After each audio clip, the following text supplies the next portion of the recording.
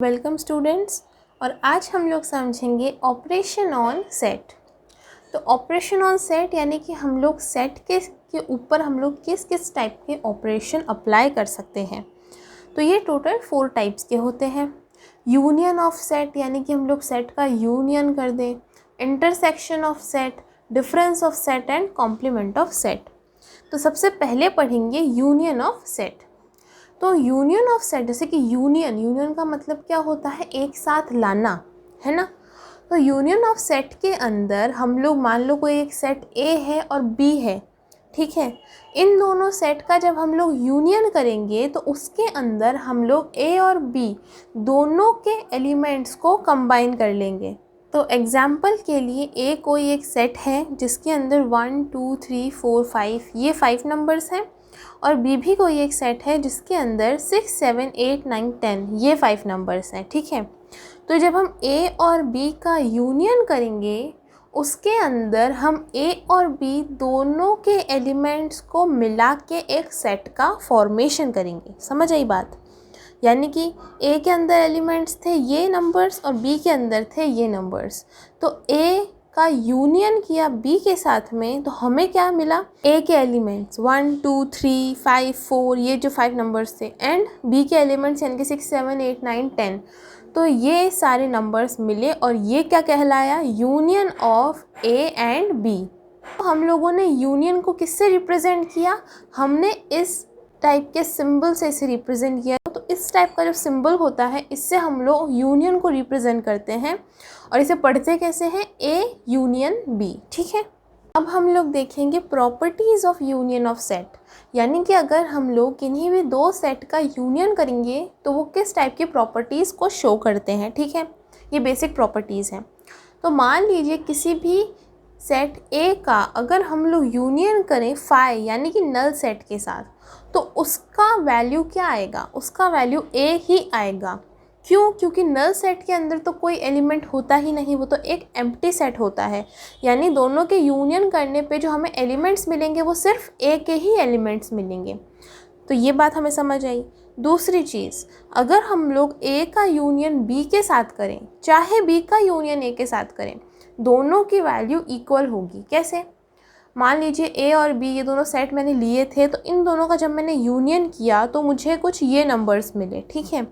अगर मैं बी का यूनियन ए के साथ करती तो भी मुझे यही नंबर्स मिलते, बस जो बी के एलिमेंट्स थे वो पहले लिख देती और ए के एलिमेंट्स बाद में लिख देती, लेकिन नंबर्स ओवरऑल यही मिलते, यही सेट मिलता। तो दोनों की वैल्यूज़ क्या हो गई, इक्वल हो गई, ठीक है। थर्ड प्रॉपर्टी कि अगर हम लोग ए का यूनियन ए के साथ ही कर दें तो भी हमें क्या मिलेगा, ए ही मिलेगा। यानी कि ए कोई एक सेट है जिसमें 1 2 3 4 5 नंबर्स हैं और इसका यूनियन मैं इसी के साथ करूं तो रिपीट नहीं होगा कोई भी नंबर, जस्ट हमें यही सेट मिलेगा जिसमें 1 2 3 4 5 ये 5 नंबर्स होंगे, ठीक है। अब प्रॉपर्टी नंबर 4 कि ए का यूनियन अगर मैं बी यूनियन सी के साथ करूं, चाहे मैं ए यूनियन बी का यूनियन सी के साथ करूं, दोनों की वैल्यू इक्वल होगी। तो इसको मैं आपको एग्जाम्पल से समझाऊंगी तो शायद ज़्यादा अच्छे से समझ आएगा। एग्जाम्पल के लिए मैंने 3 सेट लिए हैं ए बी सी, ठीक है। ए के अंदर क्या एलिमेंट्स हैं, ए ई आई ओ यू, ठीक है। बी के अंदर ए बी सी डी और सी के अंदर एक्स वाई जेड, ठीक है। तो सबसे पहले हम लोग प्रॉपर्टी नंबर 4 के अकॉर्डिंग पहले ले लेते हैं ए और बी का यूनियन, यानी ए और बी का यूनियन हम लोग करते हैं। तो कैसे लिखेंगे उसे, ए यूनियन बी, ठीक है। इस तरह से हम उसे लिखेंगे। ए यूनियन बी की वैल्यू क्या होगी, तो दोनों के एलिमेंट्स को हमें लिखना है। सबसे पहले ए के एलिमेंट्स लिखते हैं, ए ई आई ओ और यू, ठीक है। ये होगा ए के एलिमेंट्स, और बी के एलिमेंट्स ए बी सी और डी। अब आप देख सकते हो कि यहाँ पे एक ही एलिमेंट रिपीट हो रहा है, तो हमें रिपीट नहीं करना, ठीक है। तो हम क्या लिखेंगे, ए ई आई ओ यू और साथ में बी सी डी, ठीक है। एक्चुअली में हमें ए और बी दोनों के ही एलिमेंट्स मिल गए। कैसे? ए E I O U A के एलिमेंट्स और A B C D B के एलिमेंट्स। ठीक है, तो ये हमने किया ए का यूनियन बी के साथ, तो इसको ले लेते हैं ब्रैकेट के अंदर।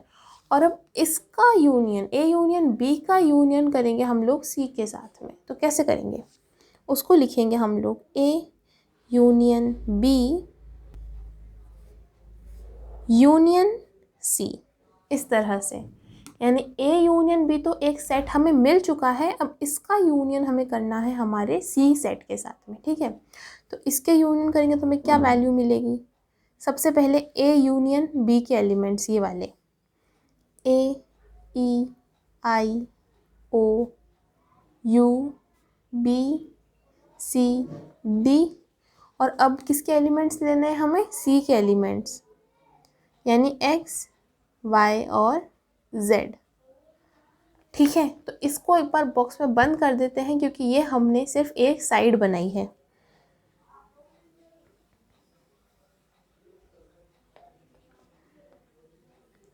तो ये हमें वैल्यू मिल गई A union B union C की। ठीक है, अब हम लोग क्या निकालेंगे? अब हम लोग वैल्यू निकालेंगे सबसे पहले बी यूनियन सी की, यानी बी का यूनियन करते हैं सी के साथ में। तो बी यूनियन सी क्या वैल्यू मिलेगी? सबसे पहले बी के एलिमेंट्स लिख लेते हैं, तो ए बी सी डी, और फिर सी के एलिमेंट्स एक्स वाई जेड। ठीक है, तो ये वैल्यू मिली मुझे बी यूनियन सी की। अब इसका मैं यूनियन किसके साथ में करूँगी? इस ए के साथ में। ठीक है, तो कैसे लिखूँगी उसे मैं? A union B union C. तो सबसे पहले एलिमेंट्स लिखते हैं ए के, तो ए के एलिमेंट्स हैं मेरे पास A E I O U, और बी यूनियन सी के एलिमेंट्स क्या हैं? A B C D X Y Z. अब यहाँ पे ए 2 बार रिपीट हो रहा है तो हमें उसे रिपीट नहीं करना, तो हम लोग एक ए को हटा देते हैं। तो बचेगा A E I O U B C D X Y Z. ये किसकी वैल्यू मिली हमें? A union B union C की। तो ज़रा इसको देखो आप और इसको देखो, दोनों ही सेम है, यानी दोनों सेट सेम है। तो चाहे आप पहले ए का यूनियन बी के साथ कर लो और उसका यूनियन सी के साथ कर लो, तो भी हमें वही वैल्यू मिलेगी जो हमें इन दोनों का यूनियन करने के बाद इसके साथ यूनियन करने पे मिलेगी। ठीक है, तो हमें प्रॉपर्टी नंबर 4 कुछ इस तरह से हमारी प्रूफ हो गई। तो हमें ये प्रूफ हो गया कि A union B union C की value A union B union C के इक्वल होती है। ठीक है, प्रॉपर्टी नंबर 5, इसके अकॉर्डिंग अगर आप ए कोई भी सेट का आप अगर यूनियन करते हो यूनिवर्सल सेट की डेफिनेशन मैंने आपको क्या दी थी कि वो सेट जिसके अंदर सारे सेट के एलिमेंट्स ऑलरेडी प्रेजेंट होते हैं वो सेट कहलाता है यूनिवर्सल सेट। तो ए का यूनियन अगर आप यूनिवर्सल सेट के साथ करोगे तो आपको क्या वैल्यू मिलेगी? आपको यूनिवर्सल सेट ही मिलेगा। क्यों? क्योंकि यूनिवर्सल सेट के अंदर पहले से ही ए के एलिमेंट्स भी प्रेजेंट हैं। ये हमें वैल्यू क्या मिल जाएगी? यूनिवर्सल सेट की मिल जाएगी। ठीक है, तो अब बात करेंगे ऑपरेशन ऑन सेट का second part, intersection of set. ठीक है, तो इंटरसेक्शन का मतलब ये होगा कि अगर आप कोई सेट ए और सेट बी लेते हो और उन दोनों का आप इंटरसेक्शन करते हो तो आप क्या करोगे? आप सेट ए और सेट बी के बीच में जो भी कॉमन एलिमेंट्स हैं उन्हें लेके एक सेट का फॉर्मेशन कर दोगे। एग्जाम्पल से समझते हैं। तो ए कोई भी एक सेट है जिसके अंदर 1 2 3 4 5 6 ये नंबर्स हैं। ठीक है, बी भी कोई एक सेट है जिसके अंदर 2 4 6 8 ये 4 नंबर्स हैं। ठीक है, तो जब मैं ए का इंटरसेक्शन करूँगी बी के साथ में तो मैं इन दोनों में से कॉमन एलिमेंट्स को निकालूंगी, यानी दो नंबर दोनों के अंदर आ रहा है। तो देखते हैं 1 ए के अंदर आ रहा है लेकिन बी के अंदर नहीं आ रहा, 2 ए में आ रहा है और बी में भी आ रहा है, तो 2 मैंने निकाल दिया। ठीक है, अब 3 ए में आ रहा है लेकिन बी में नहीं आ रहा, 4 ए में आ रहा है और बी में भी आ रहा है, तो मैंने 4 को भी निकाल लिया। अब 5 ए में आ रहा है और बी में नहीं आ रहा, तो 5 को तुमको छोड़ना पड़ जाएगा। और 6 ए में आ रहा है और बी में भी आ रहा है, तो मैंने 6 को भी निकाल लिया। अब 8 जो है वो सिर्फ बी में आ रहा है, ए में नहीं आ रहा, तो मैं उसे भी नहीं ले सकती। तो इंटरसेक्शन करने पर, ए का इंटरसेक्शन बी के साथ करने पर हमें क्या एलिमेंट्स मिले जो दोनों के अंदर कॉमन थे, यानी कि 2, 4 और 6। तो हमें क्या पता चला कि इंटरसेक्शन को हम कैसे रिप्रेजेंट कर रहे हैं, just opposite symbol of union, कुछ इस टाइप का शेप। इससे सिंबल से हम लोग रिप्रेजेंट करते हैं इंटरसेक्शन को, और इसे पढ़ते कैसे हैं, ए इंटरसेक्शन बी। ठीक है, तो ये सिंपल था, just opposite of union. Union के अंदर हम लोगों ने सारे एलिमेंट्स जोड़ दिए थे, जबकि इंटरसेक्शन में सिर्फ हमने कॉमन एलिमेंट्स को निकाला है। ठीक है, तो अब देखते हैं properties of intersection of set. तो इंटरसेक्शन करने पर हमें किस टाइप की प्रॉपर्टीज़ मिलेंगी। तो पहली प्रॉपर्टी कि अगर आप कोई सेट ए लेते हो और इसका इंटरसेक्शन करते हो आप फाई यानी कि नल सेट एम्प्टी सेट के साथ में, तो हमें वैल्यू मिलेगी हमेशा नल सेट यानी कि फाई। क्यों? क्योंकि फाई के अंदर ए के एलिमेंट्स तो हो नहीं सकते जो कॉमन आ जाएं, लेकिन ए के अंदर नल सेट प्रेजेंट रहता है। हर सेट के अंदर नल सेट प्रेजेंट होता है, ये बात हमें याद रखनी है। तो कॉमन क्या निकलेगा, फाई यानी नल सेट। ठीक है, अब मैं ए का इंटरसेक्शन करूं बी के साथ या फिर बी का इंटरसेक्शन करूं ए के साथ, दोनों की वैल्यू इक्वल ही रहेगी।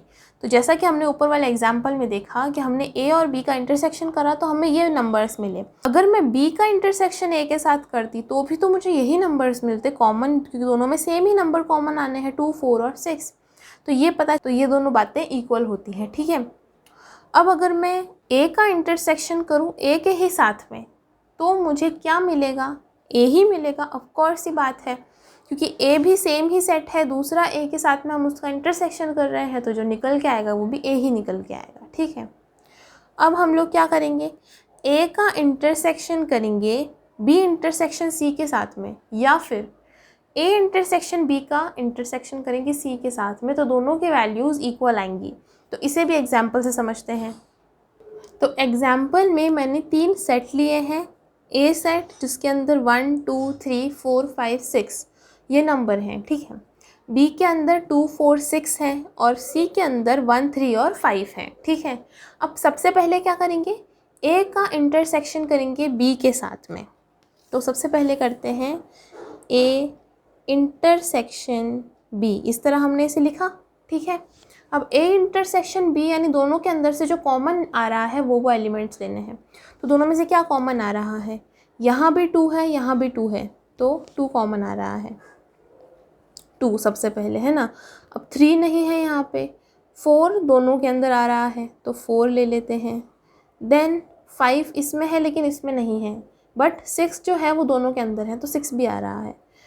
तो ए और बी के बीच में जो एलिमेंट्स कॉमन आ रहे थे वो मैंने निकाल लिया और बन गया वो ए इंटरसेक्शन बी। ठीक है, तो ये तो मेरा हो गया फर्स्ट सेट। ठीक है, अब इस वाले सेट का मैं इंटरसेक्शन करूँगी किसके साथ में, सी के साथ में। तो सी के साथ में अगर मैं इसका इंटरसेक्शन करती भी हूँ, मैं लिख कर लेती हूँ, चलो ए इंटरसेक्शन बी और इसका इंटरसेक्शन करती हूँ मैं सी के साथ में। तो ज़रा देखो, पहले इस सेट को देखो, इसमें है 1, 3 और 5। दूसरा जो हमारा ये सेट है इसके अंदर है 2, 4 और 6। दोनों में कोई भी एलिमेंट कॉमन नहीं है, तो क्या हुआ कि दोनों के अंदर कुछ भी कॉमन नहीं है, तो क्या कॉमन है, 5। दोनों के अंदर क्या है, नल सेट है। ठीक है, तो दोनों के अंदर कुछ भी कॉमन नहीं है, तो यानी कि हमारा एम्प्टी सेट ही आएगा, हमें कोई भी एलिमेंट कॉमन नहीं मिलेगा। तो इसको एक बार बॉक्स में बंद कर देते हैं। ठीक है, अब मैं क्या कर रही हूँ, अब मैं दूसरे तरीके से इसको सॉल्व करूँगी। दूसरे तरीके से करने के लिए मैं पहले बी और सी का इंटरसेक्शन करती हूँ। ठीक है, तो बी और सी का इंटरसेक्शन करेंगे बी इंटरसेक्शन सी। अब ज़रा आप दोनों सेट्स को देखो, बी के अंदर है 2, 4 और 6 और सी के अंदर 1, 3 और 5। सही, दोनों में फिर से कोई भी एलिमेंट कॉमन नहीं आ रहा, तो हमें क्या मिला? Null set 5। ठीक है, अब इस वाले सेट का यानी बी इंटरसेक्शन सी का इंटरसेक्शन करूँगी मैं ए के साथ में, तो करते हैं A intersection B intersection C. तो ज़रा ए के एलिमेंट्स देखो, 1, 2, 3, 4, 5, 6। ठीक है, और बी इंटरसेक्शन सी क्या है? 5 है, नल सेट है। तो मैंने आपको शायद एक प्रॉपर्टी नंबर 1 क्या बताई थी कि किसी भी सेट का आप अगर इंटरसेक्शन नल यानी कि एम्प्टी सेट के साथ में करते हो तो हमें क्या मिलता है? एम्प्टी सेट ही मिलता है। तो यहाँ पे बी इंटरसेक्शन सी क्या है? एक एम्प्टी सेट है, नल सेट है ना। और ए का इंटरसेक्शन जब मैं इसके साथ करूँगी तो मुझे क्या मिलेगा? एम्प्टी सेट ही मिलेगा। तो हमने इसे दोनों तरीके से सॉल्व करके देखा। पहले मैंने ए का इंटरसेक्शन बी के साथ किया और फिर जो सेट मिला उसका इंटरसेक्शन सी के साथ किया, तो भी मुझे एम्प्टी सेट ही मिला। जबकि मैंने पहले बी का इंटरसेक्शन सी के साथ किया और उसका इंटरसेक्शन जब ए के साथ किया तो भी मुझे एम्प्टी सेट ही मिला। तो हमारी प्रॉपर्टी नंबर 4 जो थी वो प्रूफ हो गई। ठीक है, अब देखते हैं प्रॉपर्टी नंबर 5 क्या है। तो प्रॉपर्टी नंबर 5 के अकॉर्डिंग अगर मैं ए का इंटरसेक्शन करती हूँ बी यूनियन सी के साथ में, तो मैं उसे किस तरह लिख सकती हूँ? तो मैं उसे लिख सकती हूँ A intersection B union A intersection C. इस प्रॉपर्टी को हम लोग फिर से प्रूव करते हैं। तो एग्जाम्पल के लिए मैंने 3 सेट ले लिए हैं। फिर से ए के अंदर है 1, 2, 3, 4, 5, 6, बी के अंदर है 2, 4, 6, 8 और सी के अंदर है 1, 3, 5, 7। तो हमें क्या प्रूफ करना है? हमें प्रूफ ये करना है कि A intersection B union C की वैल्यू हमें मिलेगी A intersection B union A intersection C. तो इसके लिए हम लोग सबसे पहले क्या निकाल लेते हैं? B union C. तो बी का यूनियन करो सी के साथ में। स्टेप नंबर 1 मैं इसको दे देती हूँ, बी यूनियन सी। यूनियन करते टाइम हम लोग दोनों के एलिमेंट्स को जोड़ लेंगे। तो बी के और सी के दोनों के एलिमेंट्स को लिखते हैं 2, 4, 6, 8। ठीक है, और सी के एलिमेंट्स 1, 3, 5, 7। ठीक है, तो ये तो मुझे मिला बी यूनियन सी। अब इसका इंटरसेक्शन मैं किसके साथ में करूँगी? ए के साथ में। तो क्या लिखूँगी मैं? A intersection B union C. ठीक है, तो ए के अंदर 1 है, क्या बी के इसके अंदर 1 है? हाँ है, हमारे पास 1, तो हमें 1 तो मिल गया। ठीक है, ए के अंदर 2 है और बी यूनियन सी के अंदर भी 2 है, तो हमें 2 भी मिल गया। ए के अंदर 3 है और बी यूनियन सी के अंदर भी 3 है, तो ये भी कॉमन आ गया। ठीक है, ए के अंदर 4 है और बी यूनियन सी के अंदर भी 4 है, तो 4 भी कॉमन आ गया।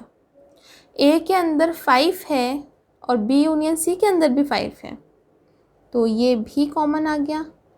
और ए के अंदर 6 है और बी यूनियन सी के अंदर भी 6 है, तो ये भी कॉमन आ गया।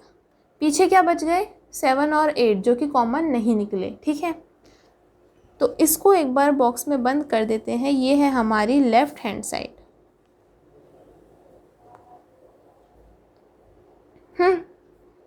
Left hand side. ठीक है, अब बात करेंगे राइट हैंड साइड की।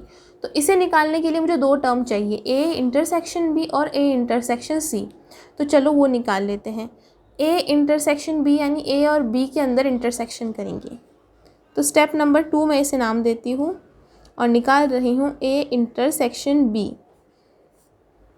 तो ए के एलिमेंट्स में देखते हैं, ए के अंदर 1 है लेकिन बी में नहीं है, तो ये तो नहीं आएगा।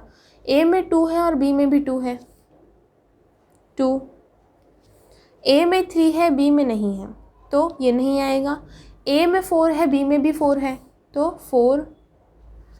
अब ए के अंदर 5 है लेकिन बी में नहीं है। ए में 6 है और बी में भी 6 है, तो 6 भी मिल जाएगा हमें।